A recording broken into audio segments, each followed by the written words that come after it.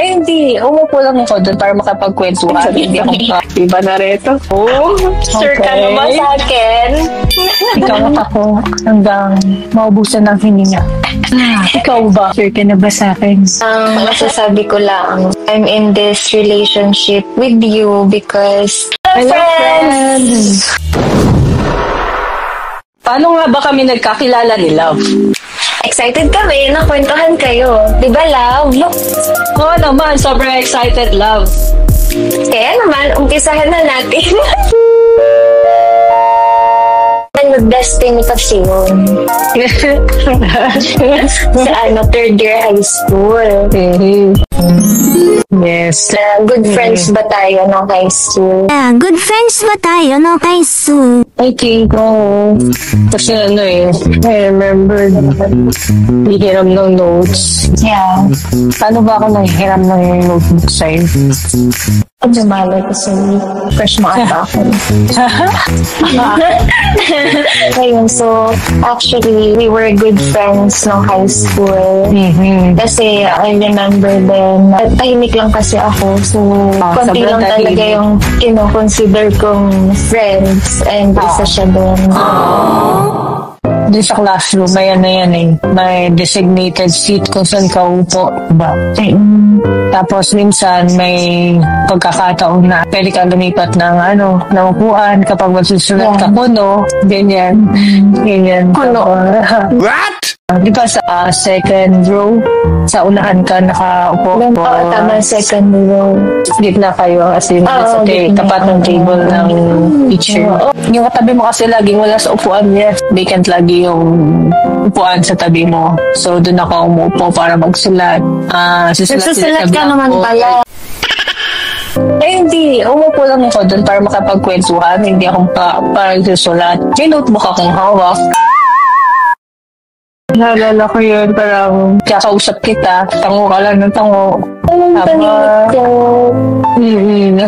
Parang isang tanong, isang sagot, o kaya tango. Tapos may panyo pa ako lagi sa bibig. Diba parang yun yung star na pagiging friends tayo, din ba yun? Paano ba ako nanghiram sa'yo ng notebook? Pupunta pa palagi sa bahay. Lalo na kapag pasahan na ng notebook. Ngayon pag pag i-check na ni teacher. お疲れ。 Pag-message siya pag nasa Yun. Antay na lang ako doon na lumabas ka. Sabi, labas ka na ng lungga mo. Siya yung leto magsulat. Winner. Ang kailangan kompleto para hiramin yung notebook. Kaya lagi hiram Kasi na pag talaga notebook. akong magsulat. I know. Other than that, ano pa bang memories natin ng high school? Ano lang parang afternoon text mate, ganyan, kasumustahan. Tapos pero meron kaming naaalala na parehas. Yung sa clown. Ano bang meron nun? Bakit wala tayong klase? Siguro intrams natin yun, kaya field day, ganyan. Hindi ko alam, pero tayo lang magkasama that time. Tapos naglalakad-lakad lang tayo. Ikot-ikot lang sa corridor. Sa ground. Pero I can't remember bakit tayong dalawa lang yun. I don't know din. Hindi ko rin Classmates ba tayo? Parang hindi na tayo classmates na. Parang hindi na Parang Hindi na. Fourth Hindi ko year. maalala ba? Fourth year na ata tayo. Siguro na-miss mo ko. Pinapakilala niya sa akin yung iba niyang friends. Diba sila? Kala ko, nag-invite siya kumain. Wala naman akong pera. Kakain daw. Tapos ililibre niya akong burger. Tapos sabi ko, after na nun, na nangyari? Naputol na yung communication natin. Parang pasulpot-sulpot na lang. Saktong kamustahan lang. Kakamusta ko lang sa lab. oo. Nangyari siya ng Ano yung ka sa'yo? dito daw, dito. Iba na reto. Ay, reto Ay, totoo yun. Totoo yun. Kinokontak niya ako pag may reto ka ba dyan. Pero game naman ako. Nag-iisip talaga ako. Kasi wala. Wala na. Ubus na. Ubus na? Ubus na. Pwedeng ako na lang. Parang ganun ba lang? Hindi. Pwede. Gosh. I love you. Ayun yung na-remember namin. Paano kami nagkakilala at ano yung nangyari sa amin before. May idadagdag ka pa ba, love? Na paano tayo nagkakilala? Yun na yun, di ba? Parang Yun na yun. from classmate, friend. Okay, so matagal na wala yung contact namin sa isa't isa kasi may kanya-kanyang life naman.